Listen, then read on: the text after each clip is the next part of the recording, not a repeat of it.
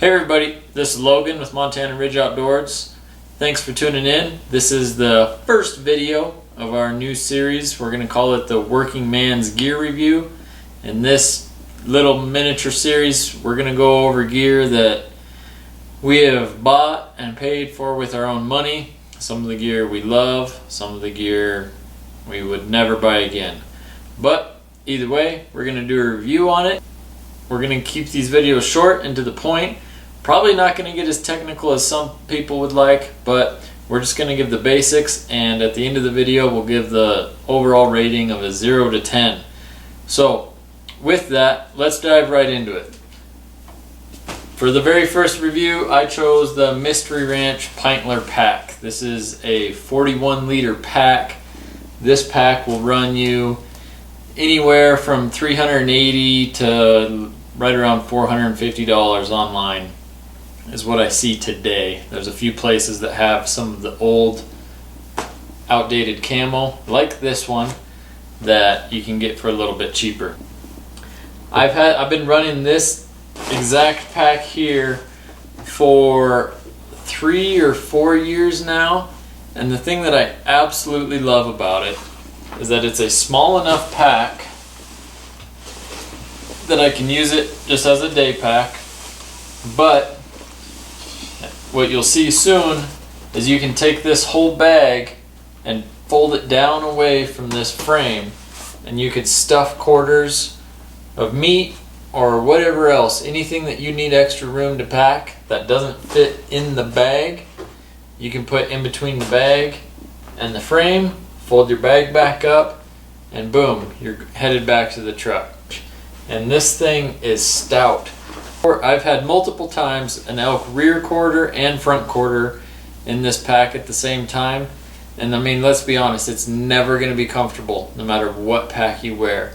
But with that being said, my arms aren't tingly, you know, everything fits just right. The suspension, if you have it set up for your body size, worked perfect for me. The frame was strong enough to handle it, and the most important thing to me is when we killed that elk, I didn't have to go all the way back to my truck to get a frame pack to go all the way back. You know, so I take 2 trips out of the mix. I know a lot of people that do 2 trips because they carry these small little packs or a little fanny pack. But why do that when you can carry 1 pack, 1 trip, in and out, and be done? So anyways, let's go over some of the straps, the buckles, look at the inside, and then I'll fold it down and I'll show you the one thing that I didn't like about this pack at first. So you got these 2 straps up top, middle. The whole top opens up with a Y zipper, and then there's just 1 zipper right down the core. When you open that, you can get to everything in the pack. You can see your whole loadout. It's awesome. You don't have to worry about burying things in your pack. If you were to only have the top zipper, you open this thing up when it's laying on the ground, nothing falls out, so you can get to something on your very bottom or your very top. The organization inside is pretty nice. On both sides, there's a zippered pouch, and then I've got these great big pockets right here. I know they've since changed it and they have 2 zipper pouches, at least 2, I'm pretty sure just 2 on each side. So there's this zipper pouch plus an upper one, this zipper pouch plus an upper one. It has a built-in bladder bag, and that's about it. It's simple, it's organized, it has these great big pockets here. I put my spotting scope in this side, and just miscellaneous stuff on this side. It's awesome. Zip this thing back up. You're good to go. There is the one other pocket up top. Just whatever. Put your knives, tags, granola bars, anything you need quick access to. Has 2 side pouches. One there, one here. I typically keep my rain fly in one side of it. That way if it really starts getting nasty, and I can put that rain fly on. Mystery Ranch rain fly, it has a built-in hood, so sometimes it's just enough between the rain fly and the hood to get you out of the weather so you don't have to stop and dig out your raincoat. Alright, now for my favorite part,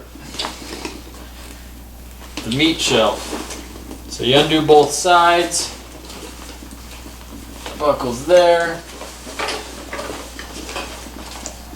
I undo these side straps.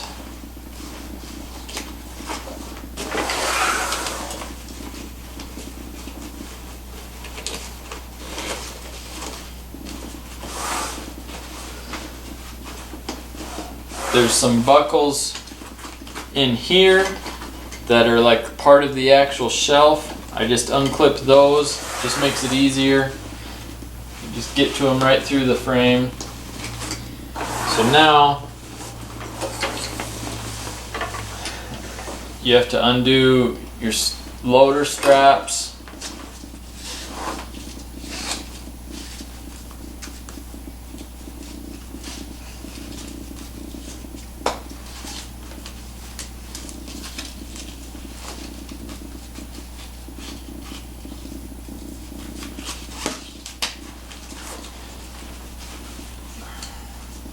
Get this hose out of the way.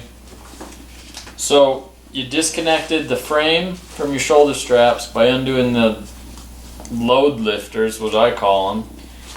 So now that's two separate pieces. So now you're ready just to grab the bag and pull it right off the top of the frame.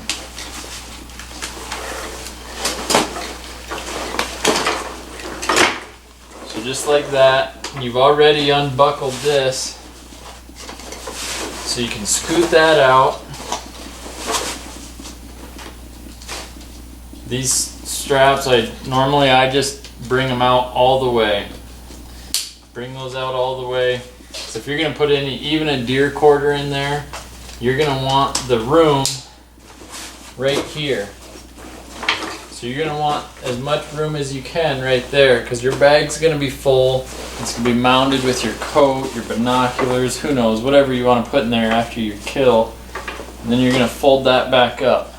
So now, the one thing I didn't like about this pack when I bought it was you lay this on the ground, you put your quarter on there, and then sometimes, you get a hind quarter off of an elk or something. They're not perfectly square, they're not built like cinder blocks. So you put it on there and it rolls around, and to fold that up and strap it, sometimes you're just fighting it. You get one side on and the quarter starts to fall out the other side of the bag. So I went right to the warehouse, right in Bozeman, Montana. Happened to be driving by, saw it, I went in, and I told them what I was having a problem with the putting the meat on and it rolling to one side or the other. And they sell these extra little straps. So here's one, so they sell these extra straps. So there's the strap and then there's the two buckles.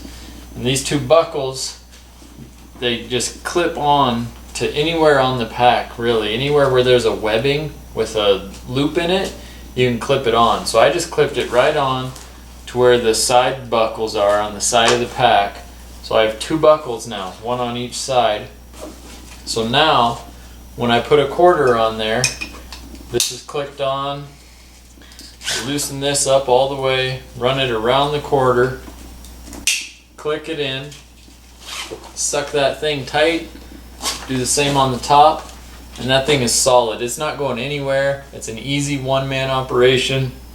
You're side hilling, you're going up, down, even on flatland. That load is solid and it's not going to go anywhere. It's going to be a much comfortable ride, a much more comfortable ride. I think these two straps were like 15 bucks, 15, 20 bucks, something like that. Well worth it. So now that we've taken it apart, put our quarter on, strapped it tight, now you have to put it back together. So literally, all you have to do is fold this thing up. I typically do my top buckles first. It would be loosened up. Click it. The other top buckle, click it. Now for the sides, top, bottom,